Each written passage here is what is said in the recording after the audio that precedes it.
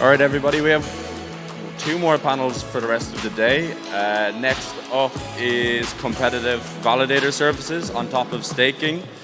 We have Hugh from Nexus Mutual. We have Ella from Solana, John from Republic Crypto, and Parker from Impstones. Give the guys a round of applause.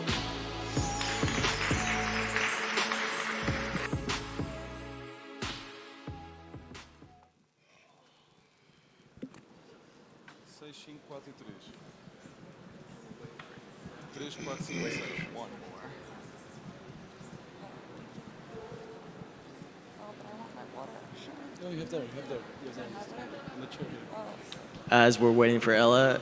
Hi, sorry. No, you're good. No one tells me things. Let's just take a minute to recognize that in 2022, we have 600 people attending a summit that is dedicated to staking. We would have never thought that was possible 2 to 3 years ago. So I'm very excited about the industry and where it's going. And with that, I want to give a chance to introduce this amazing panelist. And we'll start with you, Ella. Hi, my name's Ella. I'm a product manager at the Solana Foundation.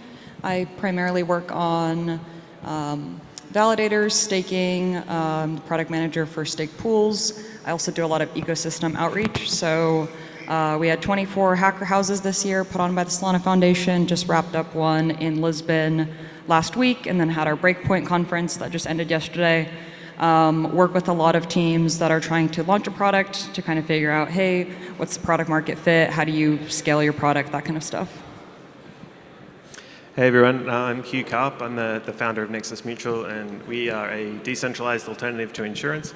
We provide coverage for things like smart contract hacks, CDS-like coverage for exchanges, and right now I'm pretty glad that CZ bailed out Sam, because that means we probably won't have to pay any claims on FTX. But anyway, we'll come back to that later. But we've also started offering slashing coverage for Ethereum staking validators, and looking to provide coverage for other networks in the future. I'm John Nimber. I'm with Republic Crypto. You may know Republic.com as a crowdfunding website, not crypto related. We do have a 50-person team in Republic Crypto that is primarily focused on advisory services, bringing blockchain companies from seed all the way to listing.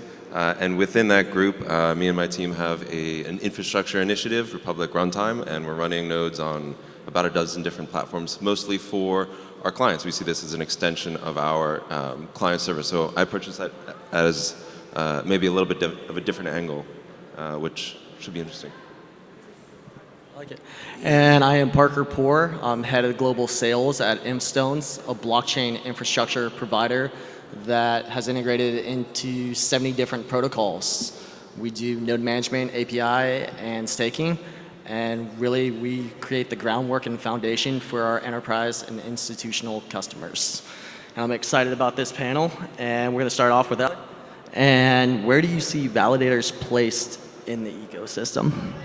Yeah, so I think I have a couple of maybe thoughts here. I think the primary function that validators serve is to secure the network. So you want to have your underlying network's asset staked so that there is security on the network. You are entrusting these validators to actually produce blocks to vote correctly.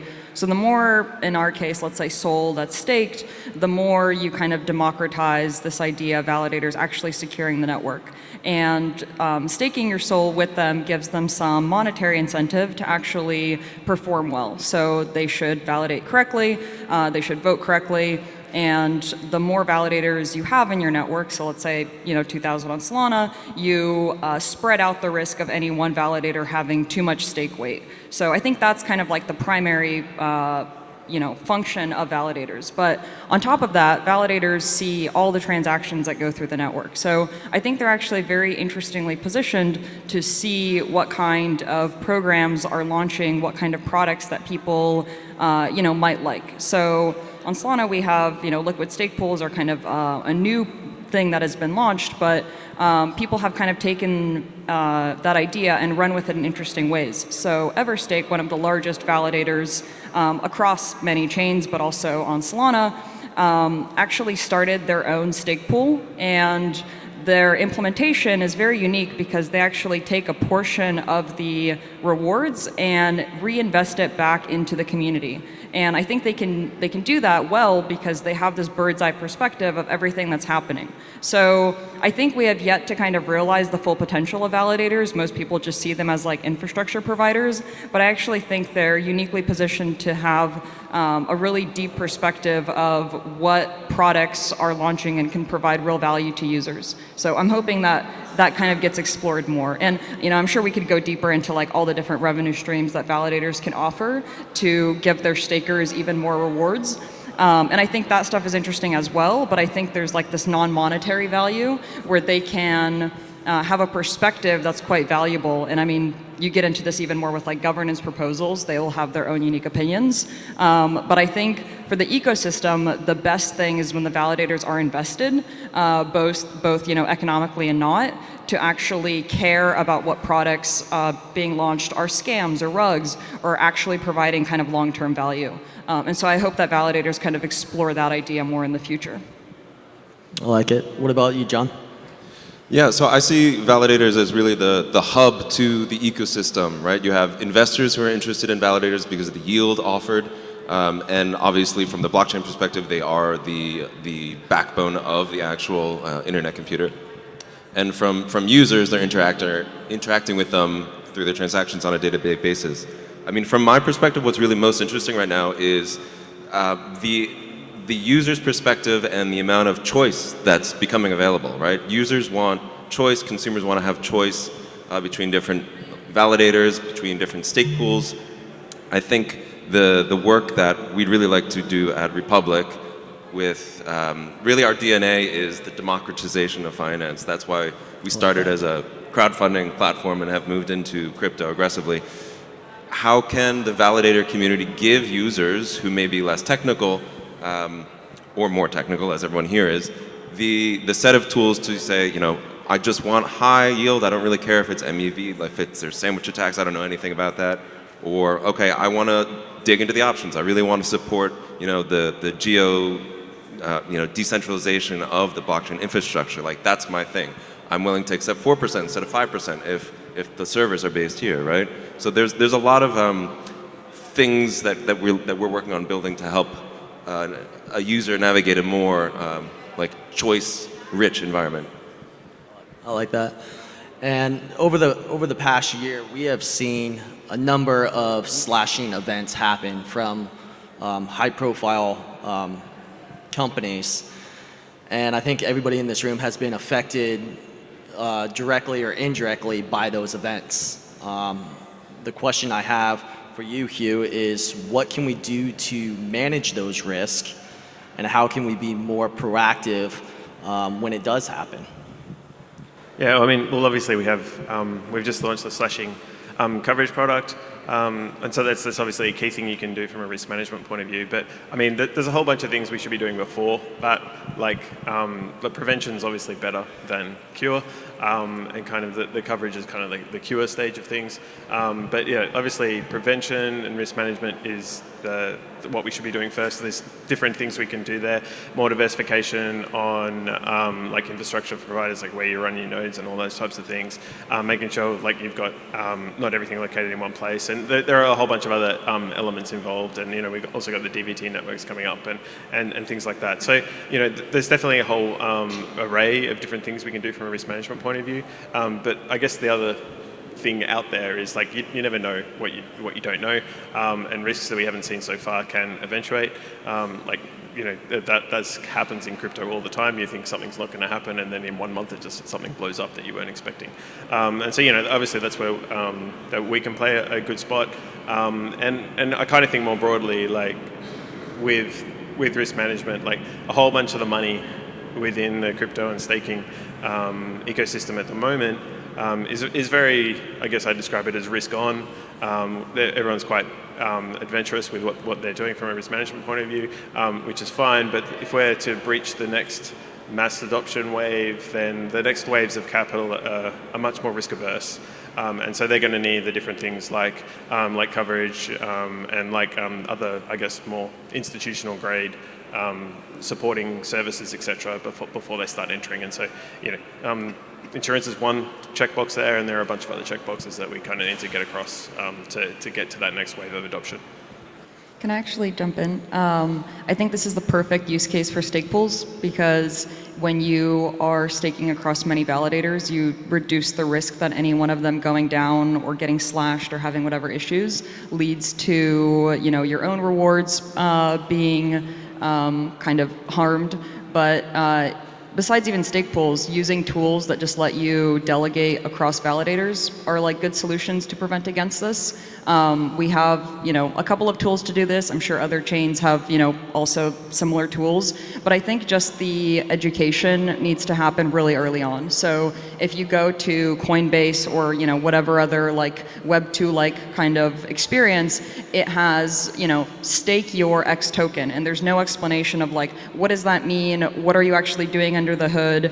And I really want to encourage like wallets, for example, to really think deeply about kind of abstracting this away to the point where the user just sees like, oh, 5% APY, click button, get the rewards, and they don't realize that under the hood, the wallet or the exchange or whoever is actually selecting a validator, maybe with some handshake agreement, and the user gets no choice in like what validator is actually being selected and for who knows what reasons. So I think the education needs to happen really early on so that the users are at least aware of what's happening, and then if they choose to opt into a system where someone is choosing for them, they've at least kind of made that decision on their own, so that if a validator does go down, they recognize like, okay, I opted into the system and maybe I've learned my lesson and now I'm going to go pick my own validator or like pick a handful or whatever. So encouraging kind of builders to think about that early on and give their users as much optionality as possible. Even though it's a little bit clunkier in the UI to give, the explanation, I think we're all better off when our users are more educated and can make those decisions, with like information that will, that's more helpful. I agree, and I think if we've learned anything over the past year, it was that we need to prepare for the unexpected. We're still in discovery mode. We don't know what the future holds. Will staking industry look very different 2 years from now? And I think, although with the volatility has hurt, it's also been good because people are focusing on regulatory. They're focusing on compliance. They're focusing on different aspects to make sure that if, God forbid, a slashing experience does happen, that they get notifications. We came out with a platform, Blockwatch, that gives notifications, Slack, text, email. If anything happens, you get notified right away. And I think that's important because we're talking a lot of money and you need to have those infrastructures and foundations in place. What are your thoughts? You're talking about risk. I don't know, did something... How do we handle the slashing that will come across from now and then? How do we manage the risk? What can we do to put things in place to make sure this doesn't... There's a lot that can be done around fundamental risk management, for sure, which is what you were just touching on. And there's new tools to do it, right, through Nexus and other similar protocols. I think to start with, fundamental risk management would do a lot of good in our industry. And look, on top of that, the same abstractions that we've been using in traditional finance for decades still apply. So diversification still works, right? Counterparty risk management still works. Hedging or using derivatives still works.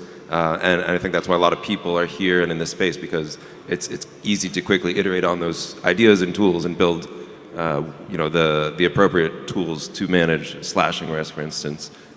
So yeah, having a pool can make a lot of sense. I don't know, what are your thoughts on that?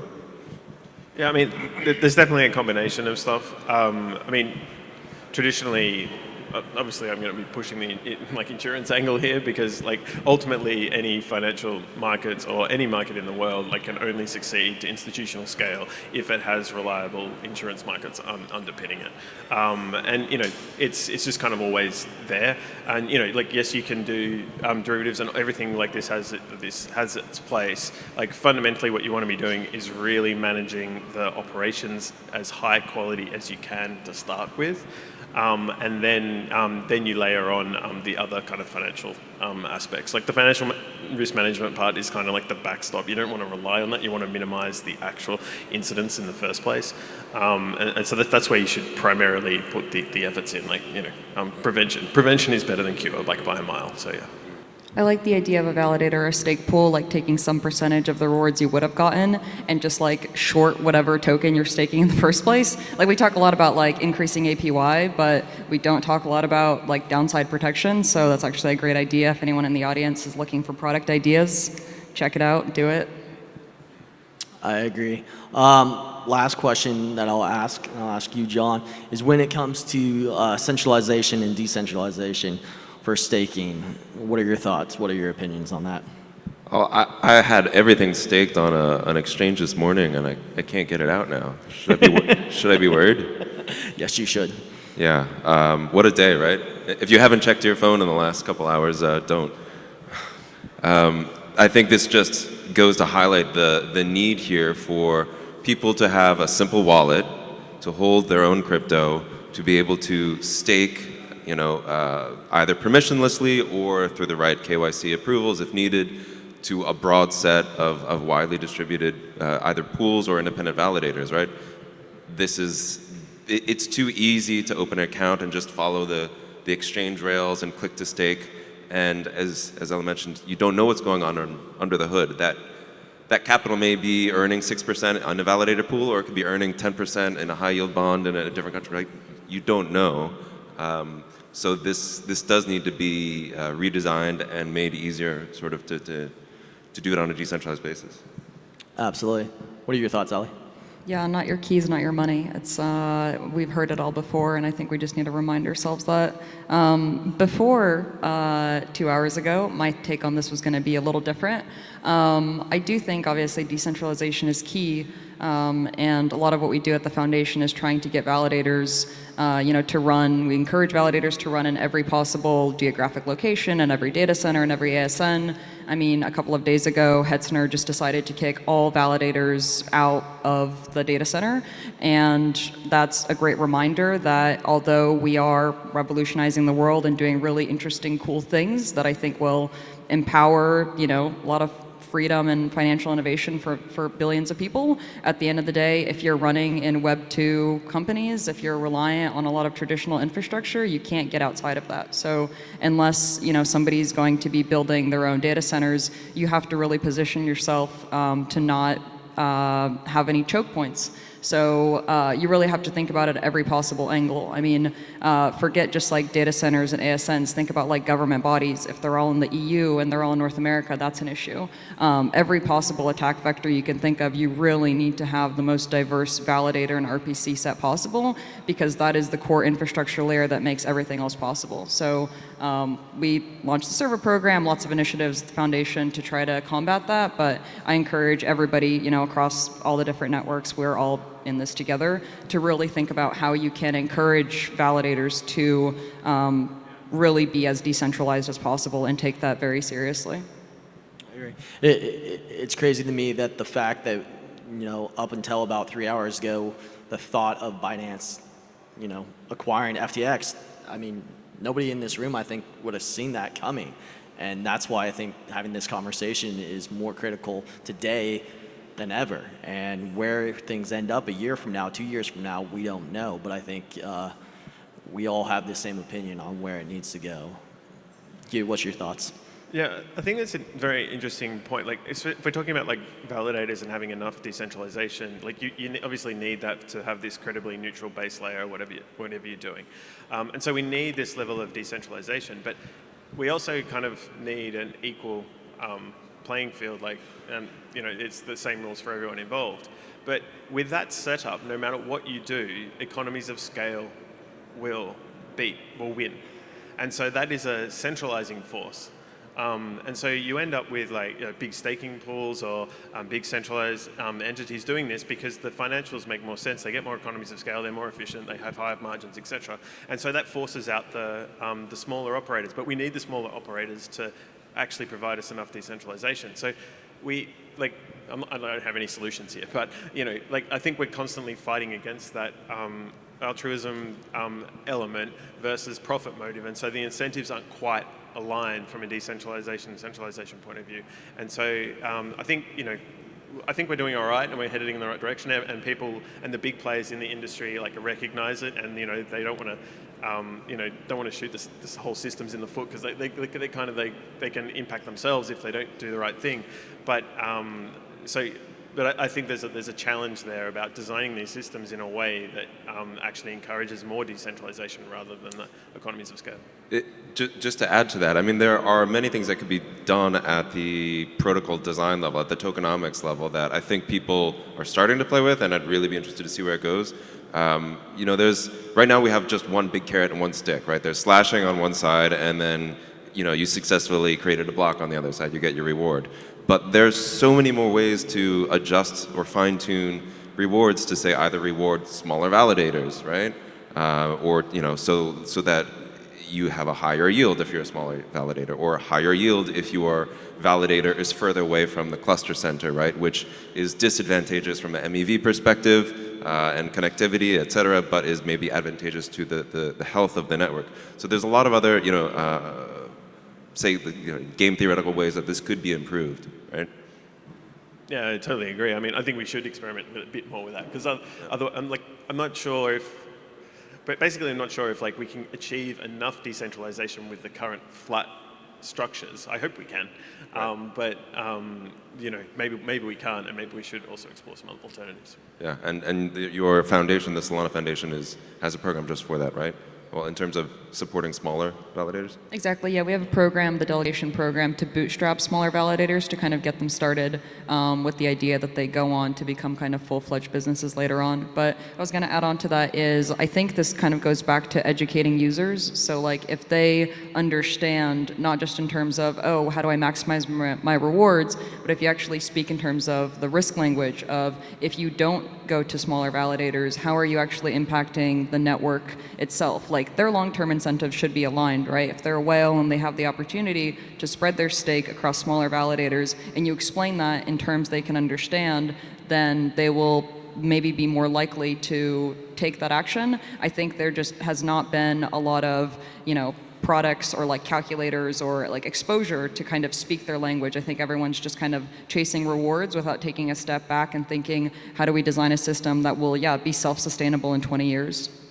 I agree 100% with what you just said. I think a year, 2 years ago, everybody saw how much money was being made, and they said it was very, very easy, and there wasn't these checks and balances, to your point, because it was the wild, wild west. So I think now we're discovering due diligence and doing the groundwork and the infrastructure of what it is to actually offer a superior product and service.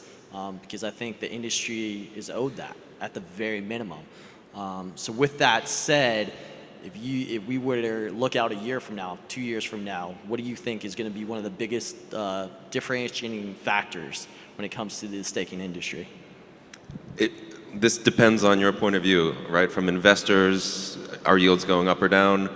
From the validator's perspective, are these easier to run, harder to run? Is it easier to integrate with a liquid pool, and is it easy if you want to deposit into the liquid pool to drive to your own validator? Are there more sidecars and tools to make being a validator easy, to do that in a either a low tech way, or and then from the user perspective, from day one you open your first wallet or an exchange account, how that user life journey is towards staking and understanding it, and do they want to drill down to the details? So I think I see a lot of advancements to be made in all three of those areas. I think to your point, do they want to see the experience, the user experience? They should have that option. Not all user experience will want that option, but I think they should have that option. And currently, we're not doing that as a whole in the industry. Hugh, what are your thoughts? A year from now, where do you see the industry? Yeah, hopefully, we're building up, and we have the more professional, high quality outlook that we're going to need to attract the big institutional capital or mass market capital. And I think we're definitely on the right path, and I think all of that starts getting built out a bit more, and we have all these extra support services around things. I guess the other thing I'd probably guess on is you're probably going to have some consolidation in the staking validator ecosystem, which, I guess we'll see how that goes. But that's probably another thing that I'd probably gamble on. I like it. And Ella? I think KYC solutions that use things like NFTs that make it really easy to have a couple of companies that do the KYCing, and then that NFT or like token can get used by many institutional investors. I think that will become more popular, and that will lead to a lot of more institutional capital coming in and making things like stake pools much more popular. And I think that will drive innovation for DeFi products on top of stake pools, and I think those will become more popular.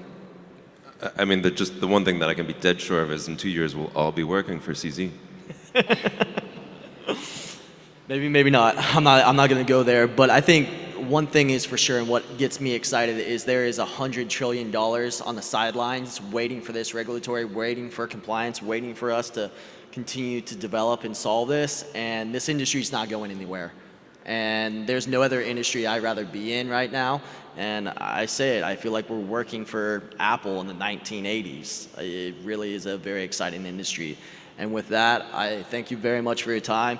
Thank you, John. Thank you, Hugh. Thank you, Ellie. Thank you very much. Thank you for having us.